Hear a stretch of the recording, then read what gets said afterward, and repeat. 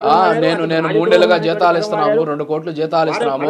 ఆ జీతాలు జీవి రెడ్డి గారి జోబిలో నుంచో లేకపోతే మీరు ఇందాక చెప్పినటువంటి ఐఏఎస్ అధికారుల నుంచో లేకపోతే ఇంకెవరి నుంచో కాదు, ప్రజలు కట్టినటువంటి సొమ్ము నుంచి అనవసరంగా వాళ్ళకి జీతాలు ఇస్తున్నాం స్వామి, ఆ డబ్బులు వేస్ట్ అవుతుందని చెప్పారు. ఒక నిమిషం ఉండండి కార్తిక్ గారు, టైం అవుతుంది, ఒక్క నిమిషం ఆగండి. శ్రీనివాస్ చౌదరి గారు రియాక్ట్ అవ్వండి, ఒక నిమిషం ఆగండి. కార్తిక్ గారు, శ్రీనివాస్ చౌదరి గారు రియాక్ట్ అవ్వండి. జీవి రెడ్డి గారిని పార్టీ అధికార ప్రతినిధి తొలగించలా, పార్టీ సభ్యతని తొలగించలా, ఆయనకి ఇచ్చిన గౌరవం మనం ఇచ్చాము. ఫోన్ ఆఫ్ చేసి కూర్చున్నాడు, మాట్లాడడంలా.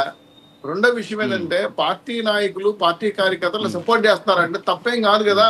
నువ్వు గతంలో పేటిఎం బ్యాచ్ కి డబ్బులు ఇచ్చేవాడు, 1300 1400 జీతాలు కట్టేవాడు, ఆ డబ్బులు తీసుకెళ్లడం తప్పు. రాజ్యాంగబద్ధంగా చట్టబద్ధంగా ఒక రకంగా చెప్పాలంటే సంస్థను కుదేలుపరచడం, దీన్ని సంస్థను వాడుకొని వేరే పార్టీ కార్యక్రమాలకు వ్యక్తిగత జీతాలు తీసుకునే వాళ్ళకి తప్పదు, చెక్కేశారు. అది చాలా మంచి పరిణామాన్ని అభినందిస్తున్నాం. అదే సందర్భంగా ఆయన దుందుడుకు వాదన, మాట తీరు, అవన్నీ కూడా పెద్ద మాటలు చెప్పిన తర్వాత రాజు గారు చెప్పాలంటే మంచి మాట ఉంటుందని చెప్పి ఆలోచించాలి, కానీ దాన్ని పెడచెవరిని పెడితే తప్పు కదా. ఇప్పుడు నిజంగానే మీకు వాస్తవంగా కూడా మీరు పోరాడే పట్టణం ఉండే పరిస్థితి ఉన్న వ్యక్తి, చదువుకున్న వ్యక్తి, లాయర్ అంటున్నారు, చార్టెడ్ అకౌంటెంట్ అంటున్నారు, స్విచ్ ఆఫ్ ఎందుకు చేసుకున్నారు? ఇప్పుడు మాకు అదే ఇప్పుడు క్వశ్చన్ మార్క్. పార్టీ కార్యకర్తలు, పార్టీ నాయకులు, పార్టీ లీడర్లు కూడా సంప్రదించాలంటే రాజకీయాల్లో ఇప్పుడు రాజకీయాల్లో అది ఒక కొత్త ట్రెండ్ అండి. రాజకీయాల్లో అది కొత్త ట్రెండ్. మనము ఏదైనా చేసిన వెంటనే రాజీనామా చేసిన ఫోన్ స్విచ్ ఆఫ్ చేసిన అందుబాటులోకి రాలేదు. ఎందుకంటే తప్పు కదా విధంగా స్విచ్ ఆఫ్ చేసుకోవడం. ఇది పార్టీని కూడా మాట్లాడుతున్నారు కదా, తను చెక్ పెట్టాల్సింటే ఖచ్చితంగా నువ్వు రావాలి, చంద్రబాబు నాయుడు రావాలి, పార్టీ పదవి తీసేయలేదు, పార్టీ నాయకుడు నువ్వు ఉన్నావు కాబట్టి మాట్లాడుకోండి, అవకాశం ఉండొచ్చు. ఎందుకంటే ఐఏఎస్లు ఐపీఎస్లు తప్పు చేస్తారండి, వాళ్ళు కార్యనిర్వాహకులు ఉండేవాళ్ళు, వాళ్ళు మన 2 ఏళ్ళు పదవిలో ఉండేవాళ్ళు. మనం రాజకీయ వ్యక్తులు కాబట్టి రాజకీయంగా చూడాలి. పార్టీ పరంగా ప్రజల ఆస్తులు కాపాడడం, గట్టిగా నిలబడడం ఒక హ్యాట్స్ ఆఫ్ దాని వరకు, నేను కాదు ఎట్లా, కానీ దానంటే కొనసాగించాలి కదా, అది నా ఉద్దేశం. ఇప్పుడు ఏదైతే పేపర్ నెట్ పెట్టారో అంటే ఇప్పుడు ఎవరు సోషల్ మీడియాలో జీవి రెడ్డికి సపోర్ట్ చేస్తుంది? ఎవరు? మీ పార్టీ క్యాడరేనా? ఇందాక మీరు చెప్పినట్టు పేటిఎం బ్యాచ్ అంటారా?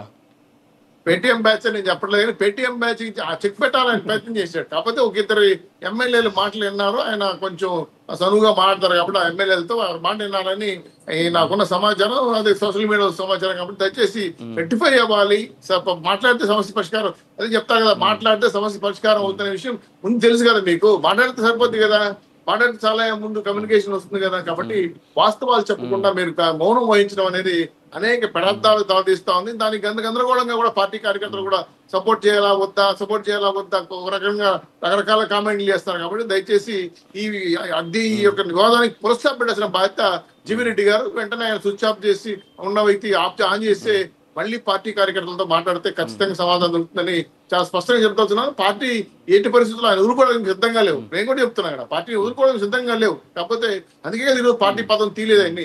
కాబట్టి ఈ రోజు జరుగుతున్న ఇంకేం జరిగే అన్యాయాలు కూడా మనకు తెలియాలా. సో ఇవన్నీ కూడా ఏంటంటే ఒక ఐఏఎస్ మీద కోపవుతున్నావు, నువ్వు బయటకు వచ్చేయాలని, పార్టీ కోసం రావాలి వ్యక్తిగతంగా, నువ్వు పార్టీ ఉండాలనుకున్నావు, పార్టీ కోసం పనిచేయాలనుకున్నావు, పార్టీలో నిలబడాలి, పార్టీ కష్టాలు చూడాలి, పార్టీ బాధలు చెప్పాలి, ఇబ్బందులు వచ్చినప్పుడు పైన తెలియజేయాలి. అంతేగాని మనకు సొంతంగా నిర్ణయం తీసుకునే శక్తి లేనప్పుడు మనం తగిన సమయం వెయిట్ చేయాలనే విషయం స్పష్టంగా ఉంది. పెద్ద నాయకులు చెబితే సమన్వయం పాటించాలని బాధ్యత ఉంది. ఓపిక, సహనం రాజకీయాలు అవసరం సార్. నేను దృష్టిలో పెట్టుకొని ఆయన మళ్ళీ తిరిగి మాట్లాడతారని ఆశిస్తున్నాను సార్. రాజు గారు ఓకే సార్, ఓకే. రామారావు గారు చెప్పండి. మరి ఉద్యోగాల నుంచి తీసేస్తే ఒక ప్రొసీజర్ ఉంటుంది, కోర్టుకి వెళ్తారేమో అని చెప్పేసి మీరేమో మా హయాం ఏం జరగలేదు అంటున్నారు. చెప్పండి. జీవి రెడ్డి గారు రెడ్డి సామాజిక వర్గం